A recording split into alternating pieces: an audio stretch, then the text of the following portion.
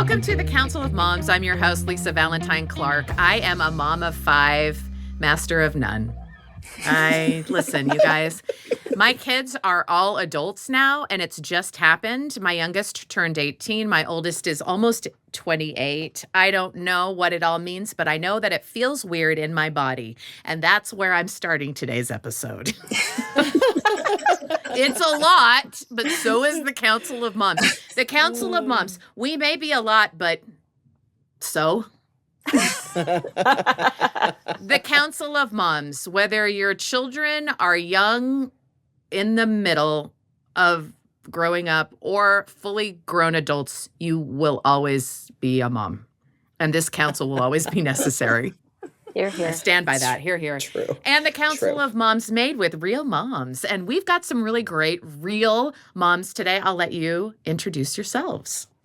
Hi, everyone. My name is Ruth Aguirre. I am the mom of 4 children, 3 girls from 14 to 9, and the caboose baby boy who has me wrapped around his little finger that I hate to admit, but I also love, who's almost 8 this year. And I'm a Latina mom, so my kids sometimes take interesting things on their school lunches, home lunches. And sometimes I just say I'm Latina to get away with things. So that's my parent. Great. You got it. I love it. I don't know what's in their lunch, but I think I want it. I know for sure. Emily and I want whatever is in your kids' lunches. Whatever's in there, I want it. Yeah. I'm Emilie Campbell. I've got 3 kids, all in different decades of their lives. I've got a 23-year-old daughter who still lives at home, and a 18-year-old son. I love that who laugh. He actually doesn't live at home, but he's severely disabled. He lives in supported living right now. He's got autism and epilepsy and is nonverbal and requires dozens of people a day to take care of him. And that's a whole chapter of our lives. And then we've got also a caboose who's 10 years old, our baby boy, who also has me wrapped around his finger. He's delightful and just the best thing ever. And so we're all over the place. We're all in different phases of life with our 3 kids. It's wild. It's just... I don't know if I recommend it, but it's definitely it's unique and a little bit special. So interesting over here all the time. Never a dull moment. Love it. I'm Whitney Call. I'm a writer and actor and mom of 3 boys. My youngest is just barely a year and 10 days younger than my middle. And he still has me wrapped around his finger because he's just so dang funny.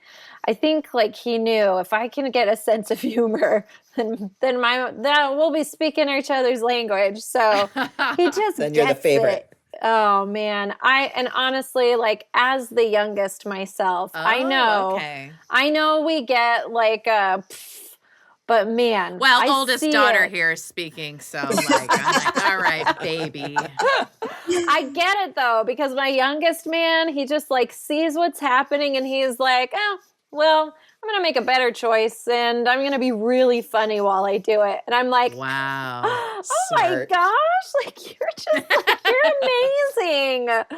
So yeah, that's our life is, a 10-year-old, an almost 9-year-old, an almost 8-year-old. And we're just, we count it a win when nobody's been slapped by their brothers. I was going to say, wait. Hold on. No, this is the Council of Moms. This is where we shine. And no, but you say the things that you want to say, that you need to say, that you should say. And here's our question.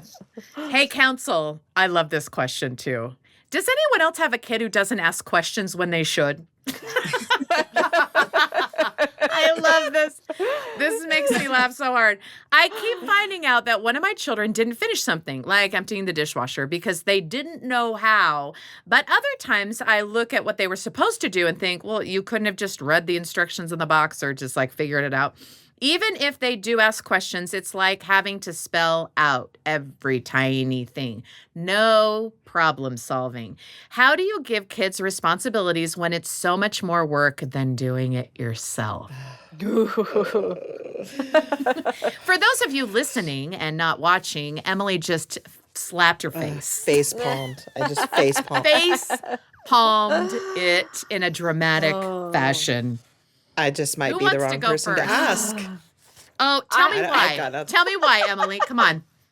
Because I have a full-blown adult child, not just an 18-year-old, like early 20s, 23-year-old who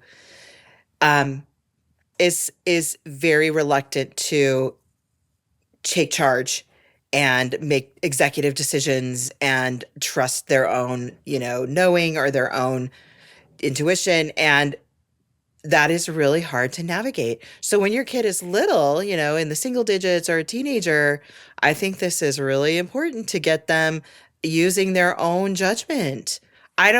Tell me if you guys relate. I feel like I go places to stores or restaurants or any kind of retail space, and there'll be like teenagers or young adults working, and you ask them a very simple question and they have no idea what the answer is. And I don't know I don't know if we can do that. I have to talk to somebody else. And I feel like the lack of critical thinking or decision making is like a really big problem. Having So I them think figure it out. this is a really valid question. And since I still have a kid that's in grade school, I need this advice so that I don't Okay, end up so with two what have you been adults that doing can't. differently, like with your 10-year-old then? Well, I will say I'm definitely more of a hands-off mom with him. Like my daughter was his age 13 years ago. I was a way different mom then. We had a way different situation. Firstborn girl. I'm also navigating parenting and caregiving for a disabled person. I think I was much more uptight and a little bit more of a nerve. I don't think I ever was like a nervous helicopter mom, but comparative to how I am now with my 10-year-old, it's huge, And so I'm a lot more hands off with my 10-year-old, and he already has less anxiety about getting homework done, going to school, being out in the neighborhood. More confidence? More confidence. And I wouldn't say like he definitely doesn't have like initiative to get his room cleaned or, do chores and things like that. But just caring for himself or like navigating his own life is already, it's a lot smoother with him. So this is a valid question. Like if the kids need to take their own initiative and figure things out on their own, like that is a life skill that I don't know that I realized was so important 13 years ago. So Wow. I want to know what everyone has to say about that. Well, I appreciate your vulnerability about that. Yeah. Okay, what do you guys think then? so rough. What have you tried? I feel like in the space that we're in right now, which I mean, I really don't feel like I have a do-over time with any of my kids. It's like they're all going to be like 20 at the same time. And part of that was not all planned. So I feel a little shortchanged sometimes, but I get it. Everyone's situation is different.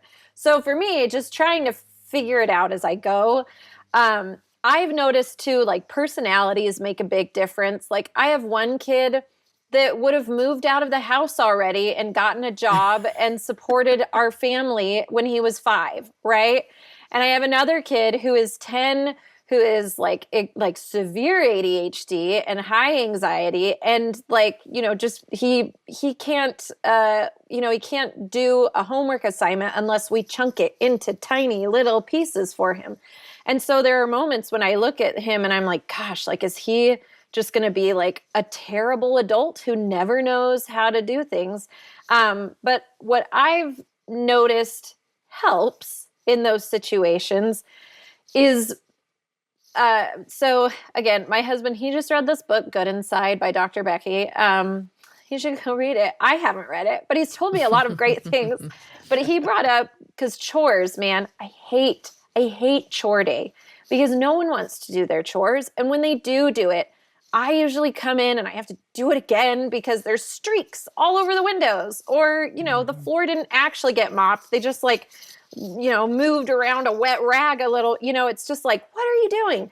And Stephen brought up, he was saying how kids, it's not that they have an understanding problem. Like if you were to ask all your kids right now, do you want to go get ice cream?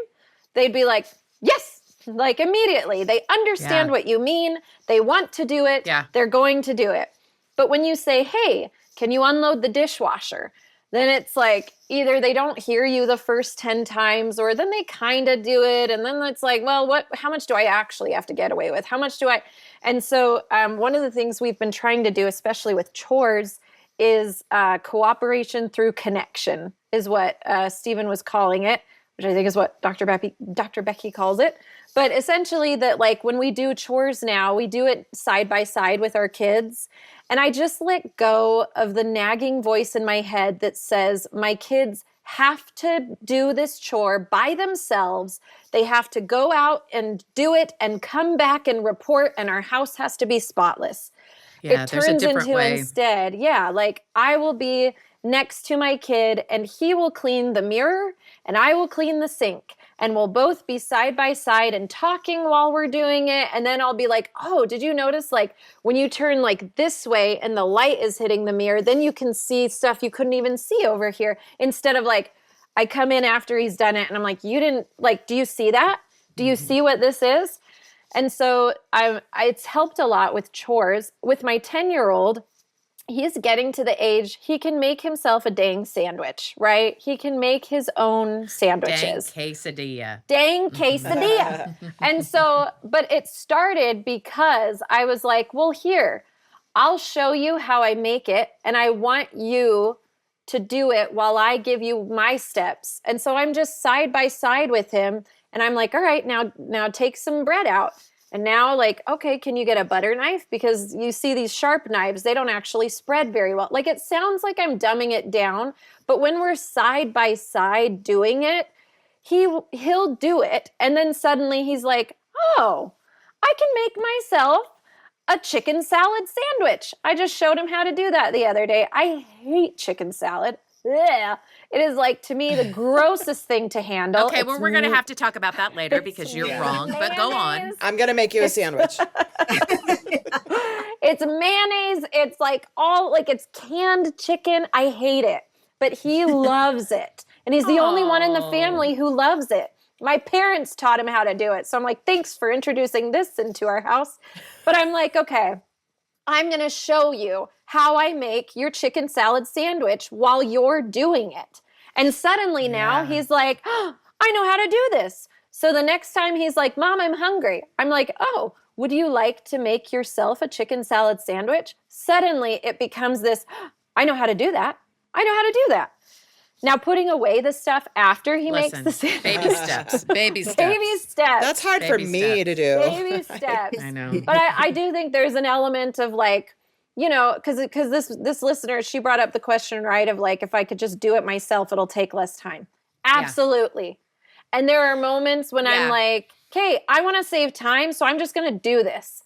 But if I have a moment where I'm like, you know what, we're not going anywhere. I've got a little extra patience in me. Why don't I connect with my kid right now, side by side, and we'll learn this together? I think it sticks way more than if I'm just nagging him the whole time. I think that's such a good point. And I think in this question, when it says, how do you give kids responsibilities when it's so much more work than doing it yourself? I think, you acknowledge it is harder and it's also super important. And that's why you need to do it. But it is harder. And it's just one of those things of like, you got to follow through. It's going to take, it's so much more time. But it does pay off. And I will say too, like, I've had this experience with my 18-year-old who lives at home and this has never happened. And so I'm like, be cool, be cool, be cool. Where she'll be like, hey, will you show me how to make this like recipe? Or will you show me I want to do this and will you show me how to do it? And I'll be like, yeah, okay, cool. And then I'll just be doing it and I'll be like, I love this. So because how many times have I been like, hey, do you want me to teach you how to make this lasagna? Because I know you love it. Do you want me to teach it? No, I'm good. No, I'm good. But one day they might. Yep. that's part of responsibilities, or like I had my son say, hey, will you walk me through how I do my taxes? I'm like, absolutely, I will. And keep in mind this and keep your receipts for this because you're going to file next year. So here's how we do this. And I went through the whole thing and I kind of loved it, you guys, because the uh they're asking now instead of me telling. And that's a switch. So it is more work, And but it is worth it. that means they're in a place too to Yeah. listen and take the direction, because they're coming to Yeah. you. So I just want to add to that because that's exactly how I think. And I think it aligns with my philosophy and everything that I do. And just to give some context, part of my job at BYU is I have this little pin I'm going to show you in the audience. It's super cute. And it says internship matchmaker. It's a little pin that a student made for me. So what I do is I help all of our graduate students find 2 internships during their time in their studies. And I place them. So there's 40 students. I love this. There's 2 placements for each one. That's a lot of That's a decisions lot. to make, a lot of upfront work. And so my philosophy in my job is that first semester, there's so much work to do that may be looked at as a lot extra, over the top.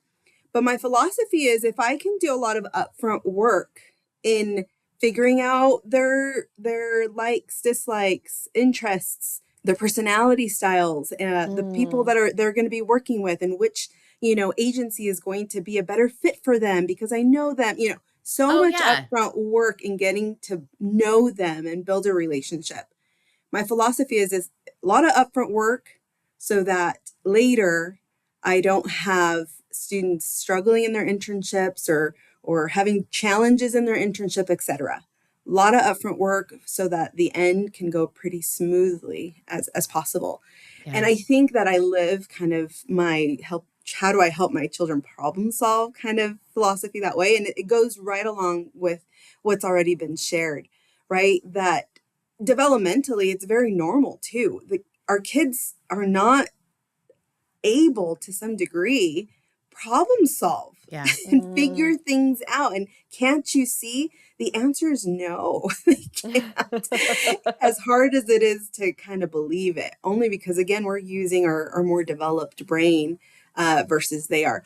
And so it is a lot of upfront work to have to be side by side, absolutely, prompting them, but then showing them how to do this, right? And I remember, just this morning, right, where my daughter, this one struggles in the morning to get going. And I've, again, tried to set it up for success where I wake her up with an ample time because I know we've got probably 3 snoozes that we've got to do before she actually gets up and, all the things.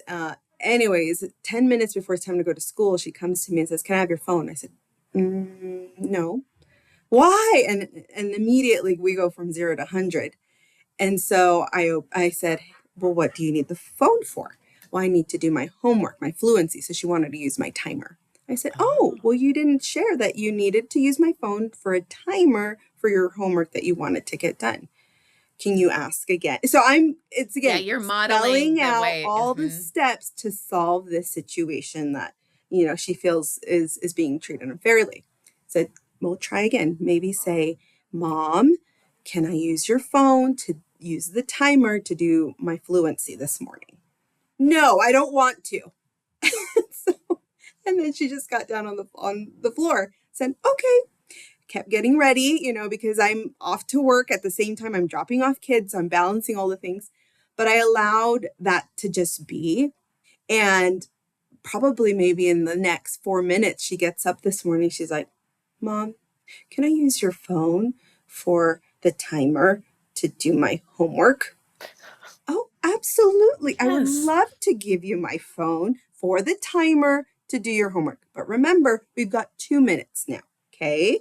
So I said, and so this That's is the a great kicker. example, though. Well, and this is the kicker, thinking about this question today, and it happened this morning where I said, right, good job problem solving, this situation. And she goes, what's problem solving? You're like, we'll tackle that later. One thing at a time. Thanks. But that just goes to show Yeah. they don't get the concept, right? Yeah. It really is a lot of work, but I have seen families where, and absolutely, it's so much easier to just do it myself. Or if we were to do it in front of them, like Lisa, you were saying, like if we were just, no, that's not how you do it, and I'll just do it, then it really defeats the purpose. It sends a message to them of like, I'm not good enough, or I'm not good at this, so I'm not going to do it again. It sends a message to husbands if we were doing that too. So if you want a partner that is, equally involved, I mean, it's the same thing. Yep. But it is a lot of work to just teach your kids, show them by doing it with them. But it does pay off. And I've got a 14-year-old now, and we're slowly, working up the ladder of being able to be self-sufficient. And I'm a working mom too. So I tell my kids, like, we're a partnership here. We're all a team. We've all got to help each other. I will tell you that as the kids get older, I feel like it gives me more confidence of if I don't know how to do something, to tell them and to say, hey, let's brainstorm together of who might know how to solve this problem. Or I'll say like, I don't know how to do that, but you know who could? Your uncle so-and-so or your aunt so-and-so or this friend or whatever could actually help you with this. They might be better at this. Why don't you give them a call and ask them? And asking for other mentors and kind of their own like personal internships. And I'm glad you brought that up, Ruth, because they can see you admitting sometimes I don't know how to do something that I need to do. And so here's what I do. I always ask a friend. I do. I always say, do you know anything about this? How should I do this?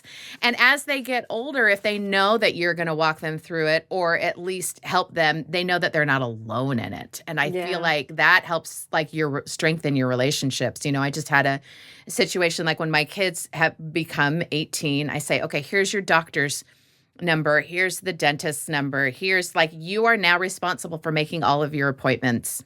And here's what, sometimes I have a hard time remembering. So here's what I do to do this and that. And you just walk them through that because I think sometimes we say, okay, now go be an adult. And there's lots of things and lots of responsibilities for kids. Like in this question that there's just so much, it's so much more work, but trying to say, hey, you got this gives them that confidence of I can, whatever responsibility I take, I can do. You're teaching a larger concept. Well, and I'll say that when we do opt to just do it ourselves, and because it's faster, it's and it's also letting go a little bit because I've seen moms where it's like, no, it's got to be a certain way, it's got to be this and that just builds more stress and burden on the mom. But and I want to say to moms too, like I understand those feelings. You can have those feelings and still keep your mouth shut. You just go in your closet and cry like a regular person. It's fine. It will be fine. Or in your car as you're listening to all their favorite songs. It's fine.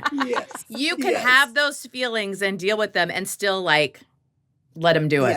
Yeah. But I was just going to add that it while you get the thing done faster, it does start to build some resentment. And, for the mom, not for everyone else. Yep. So you pay the price. To consider. Yeah. You do pay for saying that, too. Thanks for saying that. It's a disservice to your kid, too, to like do everything for them. They have to learn to do it on their own. It's harder and frustrating, but and they can do it. And I like what you said too, Ruth, about like when you asked your daughter to try again, whether it's in a moment where they're learning a new skill or something like that. I sometimes weaponize that phrase where I'm like, you want to try that again? You want to ask in a different way? But I'm realizing that I can take the stigma out of trying again because I do want my kids to feel like they can try again. There are moments when I want to do over. There are moments when I interacted with them in a way or I did something and I didn't do it the way I wanted to. So like, I'm going to try again. And so I like how you're modeling that, Ruth, of just like asking your child like, hey, why don't we try that again? And then the second time or however many times they've tried again, to accept it without any snark or without any like, oh, finally. Like, you caught on, huh? Yes. To just be like, thank you. Like, yeah, I would love that. Like, to just accept, like, yep, being able to try again means that in a family here, we give each other grace and we accept the new try. which I love that culture. I want to foster that more and more in my Right. home. Oh, I do too. And I also, along that, I think fostering this culture of like we're cheering each other on. Like I have found like that I will say to my kids of like you're really good at that. Like you're really good at taking care of the plants. You're really good at like cleaning the kitchen. Like you just are. And I know that's such a weird thing to praise one of your kids for, but you can say it's kind of, you know how kids always want to grow up so fast. They always want to be like seen as like their own independent, kind of praising them for that of like, wow, you really are independent on this. Like a lot of kids your age don't know how to take on this responsibility, and you're doing it. You're going to school, you're working a part-time job, you know, contribute to the household. That's a big deal. Being able to do those things and to point that out, I think is part of parenting. It's part of like you give them these responsibilities, but then you give them the praise that goes along with those responsibilities. Right. Yeah. Of like, look, you can take care of yourself. Like that's amazing. That's what like a lot of adults can't do that or choose not to, and it affects their lives, and kind of pointing out the benefits of that. I found a lot of success with, you know, kids people, they want to be independent. They want you to be proud of them. They want to be able to take care of themselves. This is like what you're kind of doing together. One thing that Ruth brought up that I wanted to bring up too is having a partner in all of this and how that changes your relationship. I was having a conversation with a friend about the discrepancies that they had as partners in a husband and wife situation about what responsibilities kids should do and what they shouldn't. And that can really affect a marriage, you know, if you sort of disagree on that. How have you supported each other in that, or how have you navigated that with partners? Because that affects your family. It just does. I feel like the boundaries come when it gets like when they need to, right? For my husband, he does not mind making my kids breakfast. Like he doesn't mind making them food before they go to school. I'm kind of overwhelmed and I don't want to have to make them breakfast. I feel like they're old enough that they can make their own cereal or oatmeal or whatever they want. If they want ideas, I'm happy to give that. And I'm happy if they're like, hey, I'm getting the milk out. Could you please like get the cereal down? And it's like, sure. Yeah, of course. And I remember having a conversation with my husband where it's like, look, if you don't mind making breakfast for them, that is totally fine. Your boundaries, it's not bothering you. It is bothering me. So I'm setting it like when I'm down with the boys in the morning, I'm going to have them make their own breakfast. Now, there are times where, I can see that maybe my husband is getting a little frustrated with something. And so then he knows like he can shift his own boundaries. And there are moments when I feel like, yeah, I've got some time. I really don't mind making breakfast. For me, it's the expectation. I don't want my kids to expect that I'm going to make all their food for them now every meal of the day when they're old enough to do it themselves. And my husband, he really doesn't mind, and he sees it as like an act of love, an act of service.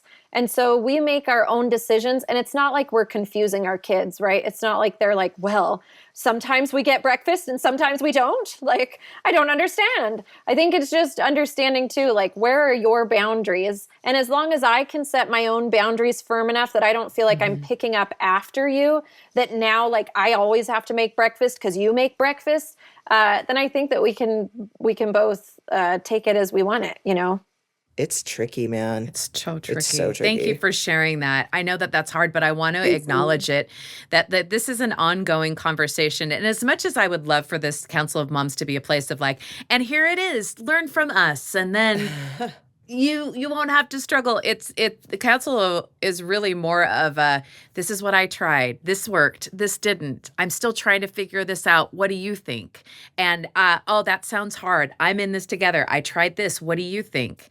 And sharing that with like a little bit of like humility and vulnerability of really sharing our honest perspectives with giving each other the benefit of the doubt is something that I think moms need now more than ever, with like all those changing metrics of motherhood, of how not only how we're judged, but also what our kids are experiencing. That is unprecedented.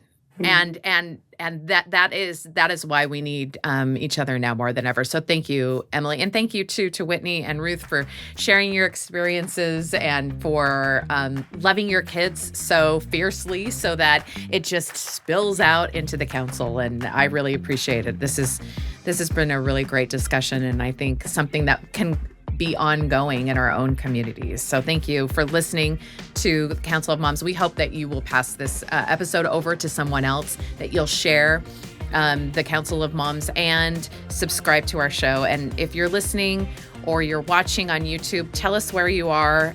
You can listen to the Council of Moms wherever you get your podcasts. And please send us your questions. Comment here, or you can direct message us on Instagram. As always, the Council of Moms is a production of BYU Radio, and the Council of Moms is made with real moms. Thank you.